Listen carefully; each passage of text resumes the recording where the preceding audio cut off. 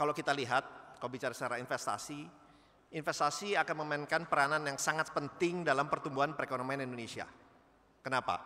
Karena kalau kita lihat, pertumbuhan Indonesia ini datangnya dari mana sih? Walaupun saya yakin Bapak-Bapak, Ibu-Ibu sudah sangat memahaminya. Pertama, kontribusi yang paling besar memang adalah dari domestic consumption atau konsumsi dalam negeri. Kurang lebih 53-54%. Dulu sempat 57 bahkan 58%. Yang kedua, ini adalah dari segi investasi. Itu kurang lebih 29, kalau sekarang 29,15%. Kemudian baru domestic, kemudian baru government spending 7-8%, kemudian net export 2% dan yang lain-lain.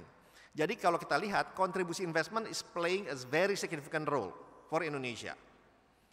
Dan oleh sebab itu, target yang diberikan kepada kami pun, jadi kalau kita lihat, kalau saya kasih perbandingan sedikit, untuk investasi selama 10 tahun terakhir sampai 2024, itu investasi yang masuk ke Indonesia dalam maupun luar negeri itu kurang lebih 9.100 triliun. 9.100 triliun. Tapi dalam 5 tahun terakhir ini kami ditargetkan untuk mencapai pertumbuhan kurang lebih 13.000 triliun lebih. 13.000 triliun lebih. Kenapa? Karena itu salah satu untuk kita bisa mencapai pertumbuhan 8% yang dicanangkan oleh Bapak Presiden pada tahun 2029. Memang pertumbuhan kita ini selama ini kurang lebih 5% ya Bapak-Bapak, Ibu-Ibu. Buat banyak negara, buat banyak pemerintahan di dunia, 5% is very good. Very good. Tetapi kita melihat bahwa kita mempunyai potensi untuk mencapai pertumbuhan 8%. Iya, banyak yang bilang apa kita bisa untuk mendapatkan pertumbuhan 8%. Saya kasih gambaran sedikit kepada Bapak-Bapak, Ibu-Ibu. Total GDP kita ini kurang lebih 1,5 triliun US dollar. 1,5 triliun US dollar. Berarti 1% pertumbuhan, not because I'm trying to simplify, itu kurang lebih adalah 15 miliar dolar.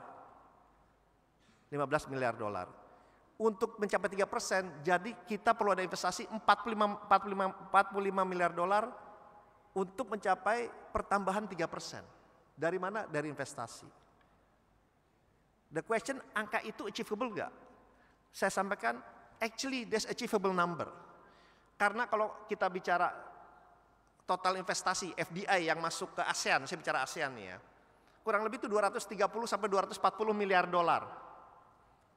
Tapi yang ke Indonesia itu cuma sampai 11-12%.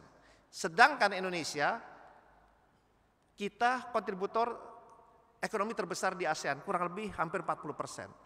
Kita kontributor dari segi populasi juga kita 41%.